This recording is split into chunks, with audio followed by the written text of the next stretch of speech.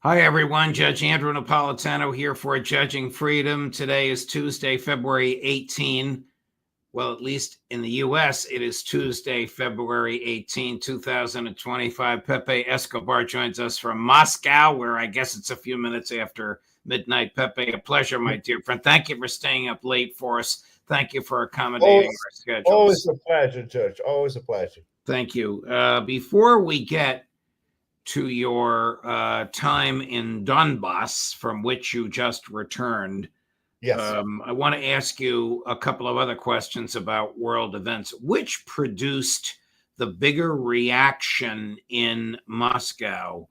Donald Trump's suggestion that the U.S. would buy and own Gaza, or Donald Trump's revelation that he had spent 90 minutes on the phone with President Putin, and that this would lead to a face-to-face meeting between Secretary of State Rubio and Foreign Minister Lavrov, which, as we know, occurred today?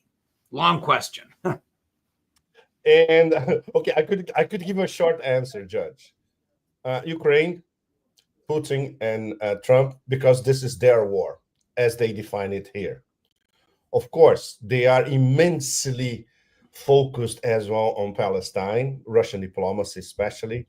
But today, the whole of Russia, especially Moscow, everybody was riveted following Riyadh and then the post Riyadh declarations by both delegations and the Lavrov wrap up, which was extraordinary. But that's Lavrov, right? Okay, And what? Go yeah, ahead. go ahead. No, just one thing. He was visibly pleased, Judge, with the fact that finally there is a direct channel of communication, diplomatic at the highest level. It's what he has been telling many of us for over a year here.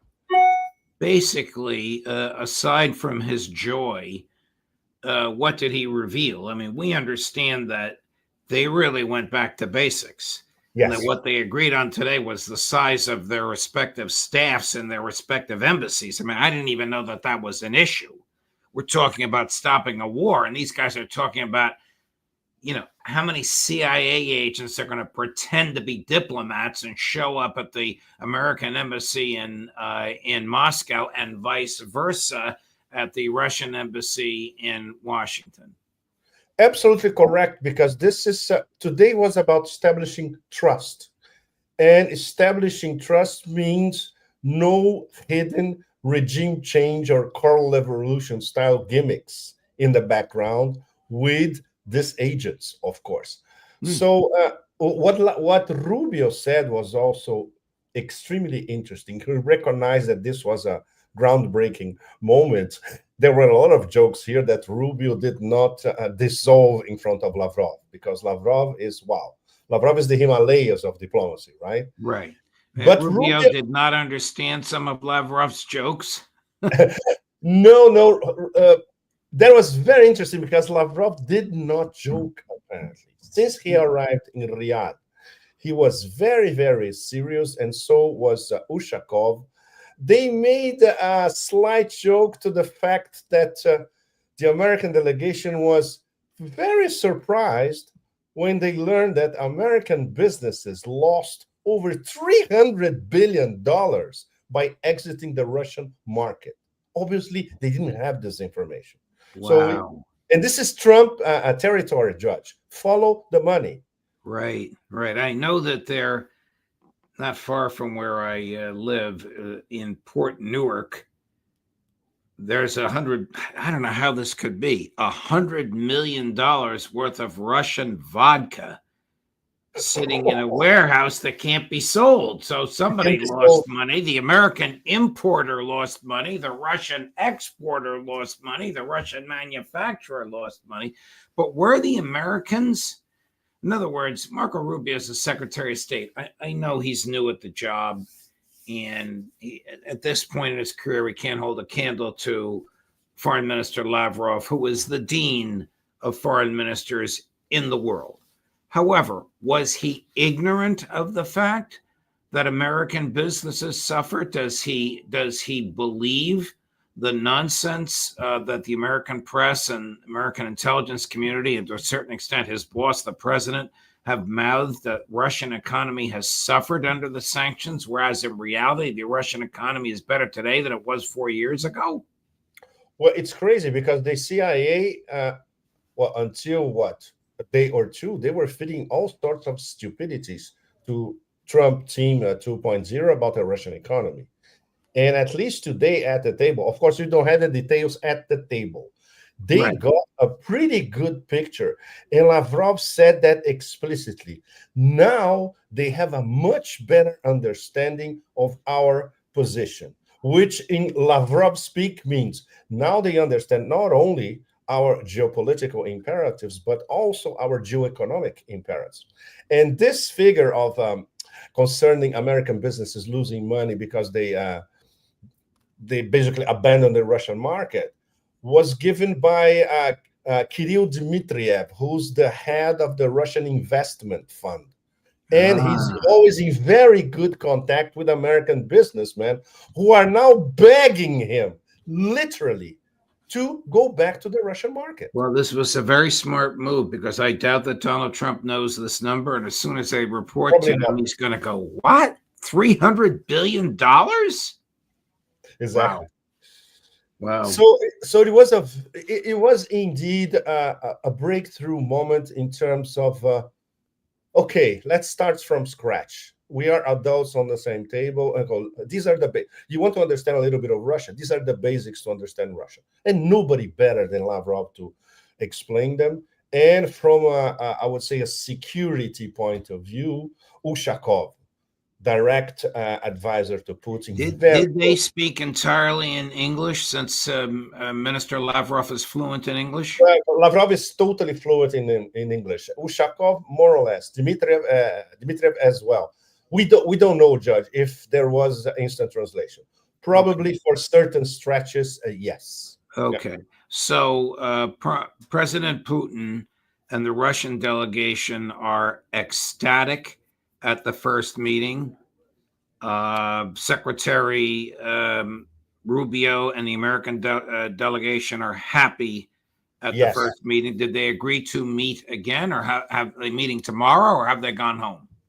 No. They are now establishing, let's say, parallel channels of communication, including the one that everybody was paying attention to, which is going to be Ukraine.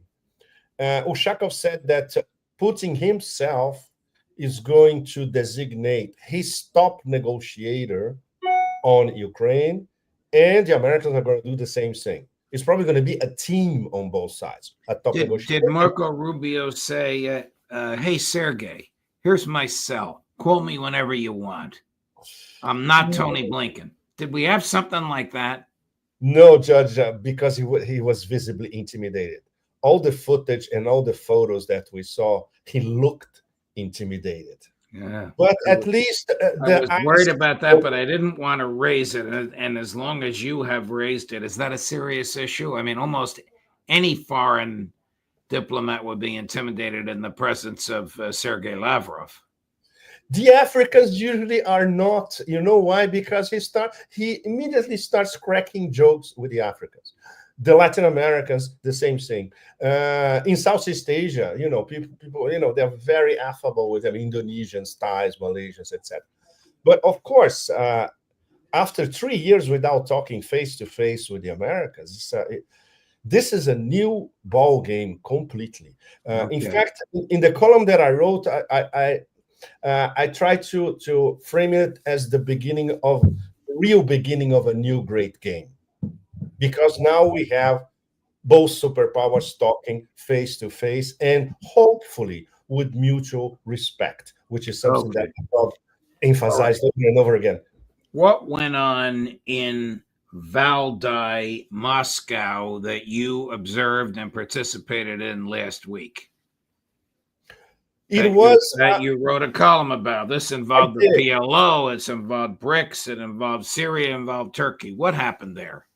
This was the annual Valdai Middle East Conference, Judge, which it's a complicated affair because some of the scholars and the experts that they call are I would say, irrelevant to the conversation, or they don't bring anything extra. And some technically are excellent. For instance, there was a guy from Azerbaijan talking about corridors of connectivity. He was brilliant, you know.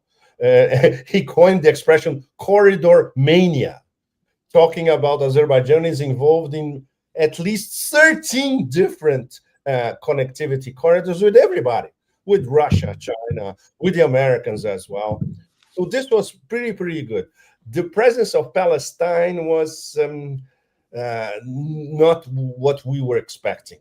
They called somebody from the PLO, repeating basically PLO. Everybody knows already what the PLO thinks, and the PLO is not independent, as we all know it. You know, there was nobody from Hamas or the opposition or somebody representing Gaza, for instance. But and very important, the Syrian ambassador to Moscow, he was supposed to be on a panel, and the last minute he said no. So everybody was expecting to hear from him. What is the new Syria? Can you explain to us? Unfortunately, he was not there. Wow. Tell us about your trip to Donbass. Wow. First, your general impressions, and then I'm going to ask you some specific questions. Of course. Where were you, and how long were you there, and what is the impression that you came away with?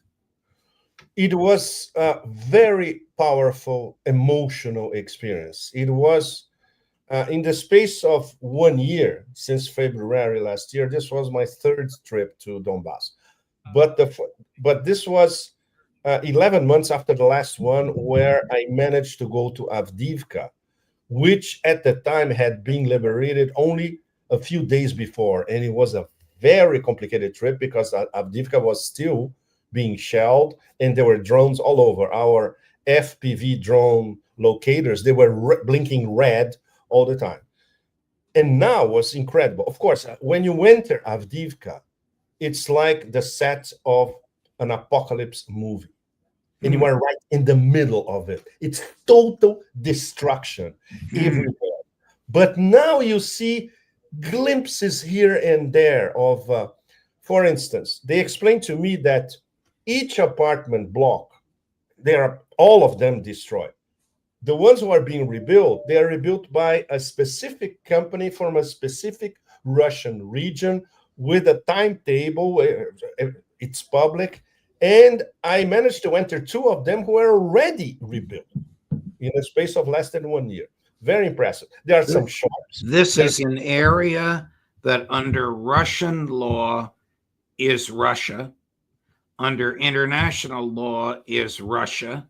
The Ukrainians claim it's Ukraine, and the Ukrainians are bombing and killing what they say are their own people. Do I have this correct?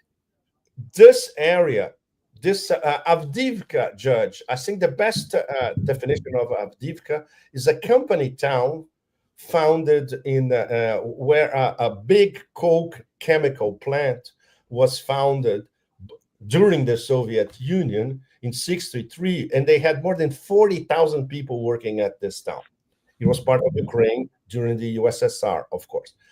In this past 3 years, after the start of the special military operations, Avdiivka became a fortress, shelling Donetsk and the outskirts of Donetsk non-stop. So it had to be liberated by the Donetsk army, with the help from Russian army, helped by the Chechens as well. Okay, got it. And this happened 1 year ago.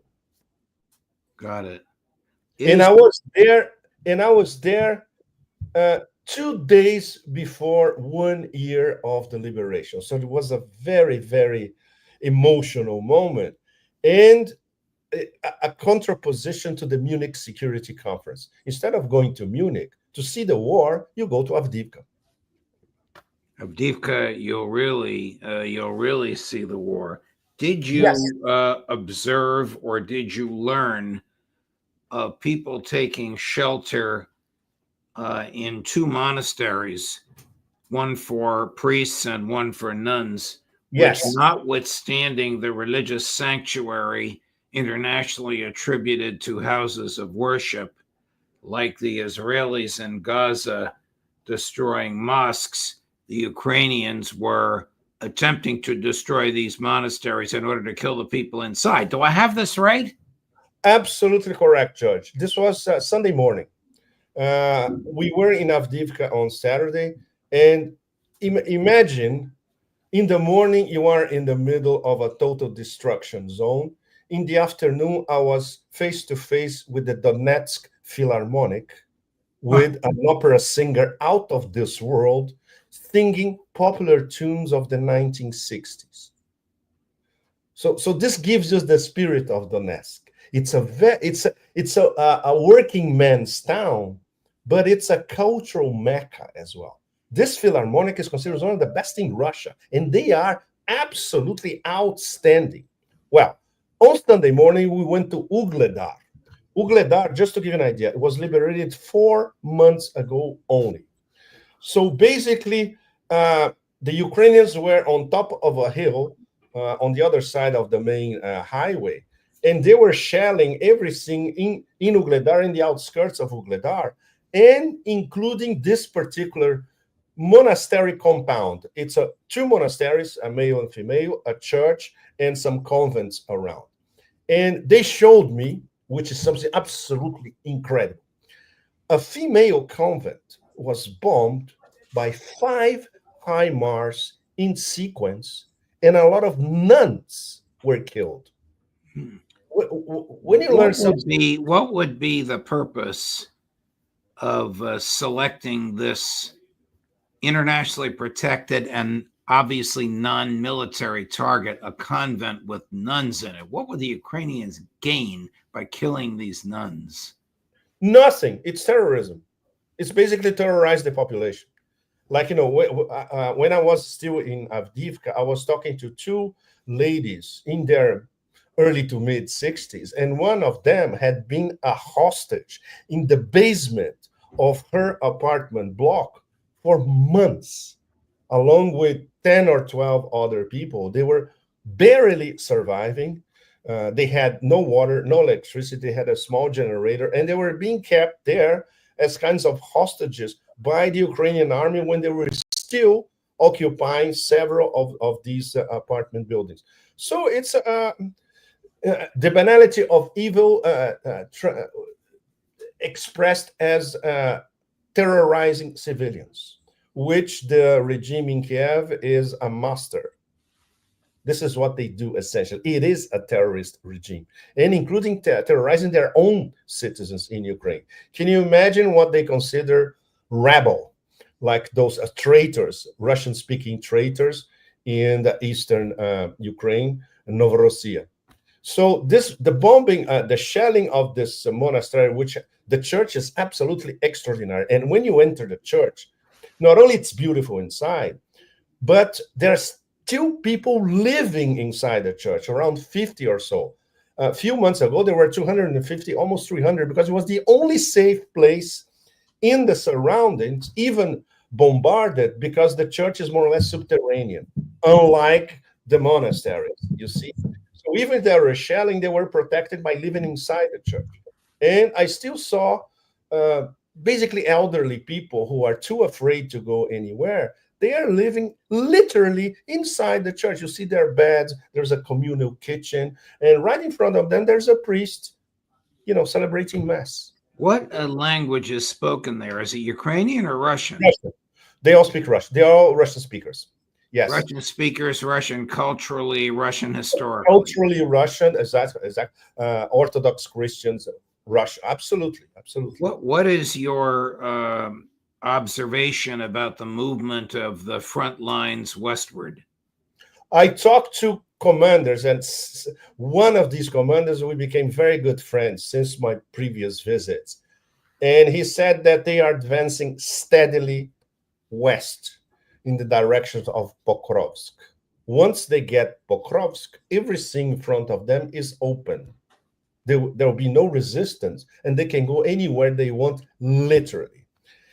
Some of the commanders say that the order for a massive strike or avalanche is not coming. It should have come already. So there are different points of view about it.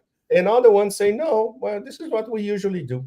And we are advancing steadily. And they are falling in front of us. We organize cauldrons and mini cauldrons. They fall into it. And now they're running out of weapons, running out of men, running out of motivation.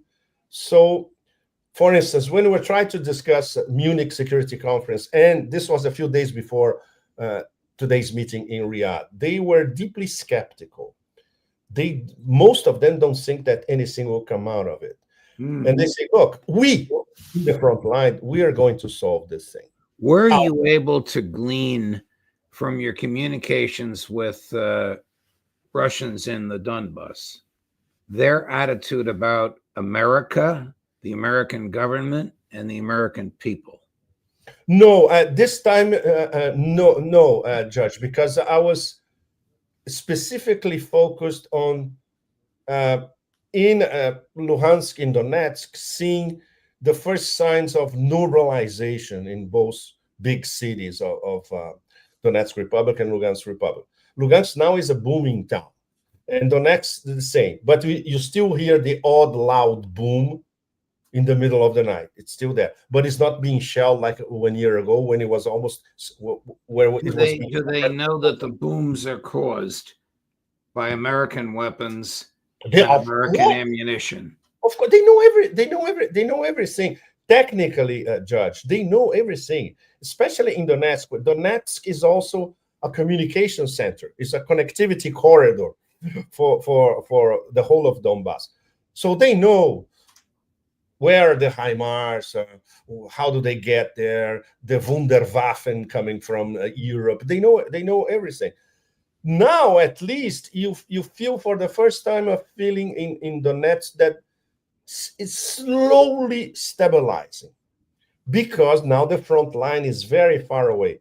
According to the calculations of one of the commanders, the front line now is around 50 kilometers away from Donetsk. To give an idea, when I was there a year ago, it was 4 kilometers outside of Donetsk. Well, there's a sizable difference, and you feel it in the city. The city is way more relaxed. It's being. Do you have any feeling for when the Ukrainians will give up the ghost, either because they don't have any more soldiers, or they don't have any more equipment, or they don't have any more urge to fight? It basically we'll see when the Russians arrive in Pokrovsk and take over Pokrovsk. And there's another information that one of the commanders told me is relative. It is secret, in fact. Other parts of the front who may collapse even faster, but he asked me not to talk about it. So they expect big changes, let's say in the next 2 to 3 months, all along the front lines. And this will be in parallel to the negotiations between Team Trump and Team Putin. Yes. Fascinating conversation. What a fascinating life you live. You're back in Moscow now, right? Well, I am an old school foreign correspondent, Judge. This is what we do. We go places. Well, travel safely and well, my dear friend. And thank you from the bottom of my heart for accommodating our schedule here in the U.S. God love you. I'm off to Lebanon. So our next conversation is going to be about Lebanon. You got it. We'll look forward to it, my man. Be well. Thank you. Thank you for joining us. Pleasure. Cheers. Bye-bye. What a great human being. The gift to call him a colleague and a friend. Tomorrow, Wednesday, 11 o'clock in the morning, Colonel Douglas McGregor. 2 in the afternoon, Aaron Mate. 3 in the afternoon, Phil Giraldi. 4 in the afternoon, Professor Jeffrey Sachs. Judge Napolitano for Judging Freedom.